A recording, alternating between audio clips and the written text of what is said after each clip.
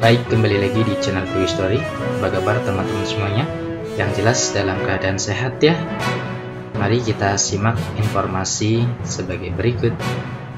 Terjawab, pengadaan P3K 2022 akan berlangsung sebab sudah ada ini, simak selengkapnya.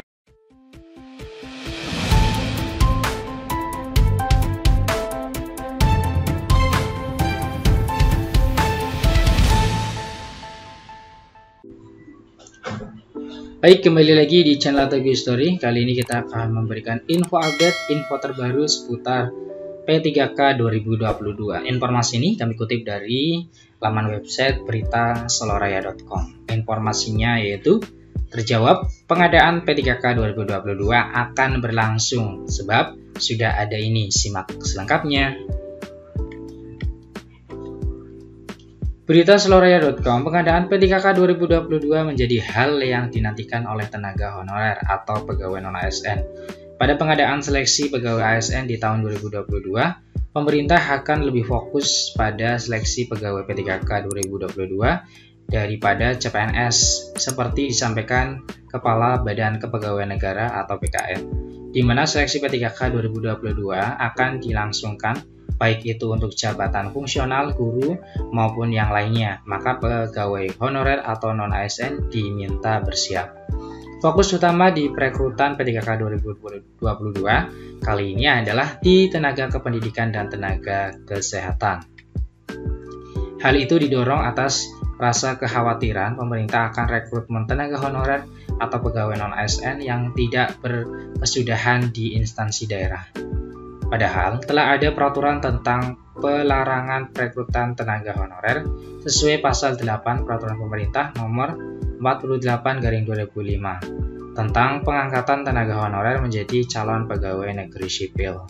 Hal itu juga tercantum dalam pasal 96 Peraturan Pemerintah Nomor 49/2018 tentang manajemen P3K.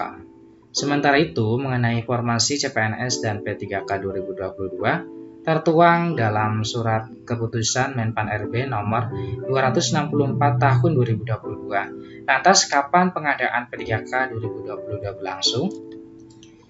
Baru-baru ini Panitia Seleksi Nasional atau Panselnas pengadaan aparatur sipil negara atau ASN tahun 2022 telah menerima naskah soal seleksi. Seleksi yang dimaksud adalah seleksi kompetensi manajerial, sosial kultural, dan wawancara pegawai pemerintah dengan perjanjian kerja atau P3K. Pada waktu bersamaan juga dilakukan penyerahan naskah soal seleksi kompetensi teknis jabatan fungsional dosen.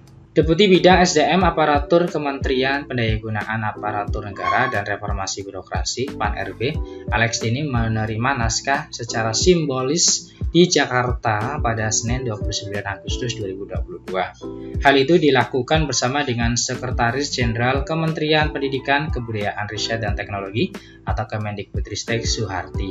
Dalam penerimaan naskah tersebut, Kemendikbudristek tidak hanya bertindak sebagai bagian dari Panselnas, namun juga sebagai instansi pembina jabatan fungsional dosen.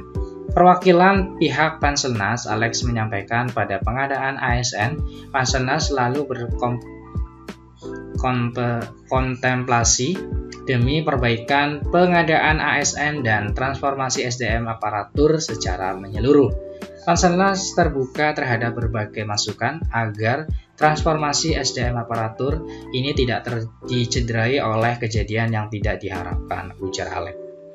Diketahui jika naskah soal seleksi kompetensi P3K dan P3K CV dosen yang disusun merupakan hasil evaluasi secara detail dari pelaksanaan seleksi tahun sebelumnya, di mana dievaluasi mulai dari tingkat kesulitan soal hingga distribusi aneka ragam dimensi sehingga dirumuskan penyesuaian-penyesuaian.